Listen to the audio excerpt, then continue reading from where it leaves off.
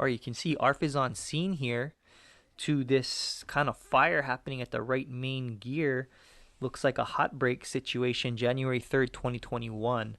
So let's see what ARFF does. I know if we were on scene, I would have our drivers use their bumper turret to just kind of burp and get that thing quickly knocked down. It's not that much of a fire, but you want to get on it quickly. There is fuel in the wing. I believe there was 15 gallons of fuel, and it's impinging on the wing as we speak. There's nobody on board, so you don't have to worry about life safety. So here they finally got water going on it. No need to use foam on this one. And then you can pull hand lines later. To me, right now, you already don't need to continue putting water on this thing. Just pull hand lines and be more accurate. So a little bit overdone, but at the end of the day, they did their job. They did get the fire out, but a little excessive for me. So today we're going to be going over the final report, NTSB, for this aircraft here, Diamond DA-40, November 489 Romeo Sierra. So here's what happened after landing. The flight instructor assumed control of the airplane during the roll, taxied to the hold short line at the approach end of the runway, and waited for the landing traffic. Soon after, the pilot and the landing announced to tower that they were on fire.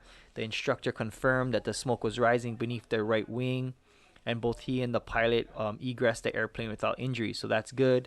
And examining the video that we just saw, you could see that it was under that right wing.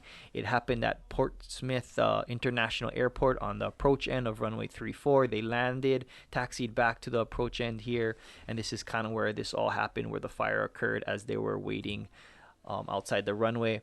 So they downloaded this aircraft Garmin removable SD card, and they did some turns, and basically down here it says they were taxiing about 23 knots, so close to 26 miles per hour, and then the speed decreased sharply several times, followed by several seconds of increased ground speed. So I don't know what was going on, but they seemed like it wasn't the hot brakes from the actual landing of the aircraft. It was from taxiing and speeding up, slowing down, speeding up, slowing down. And it's really confusing why this even happened, because it was the instructor who was in charge of this aircraft, or was in control. Here's the instructor pilot information.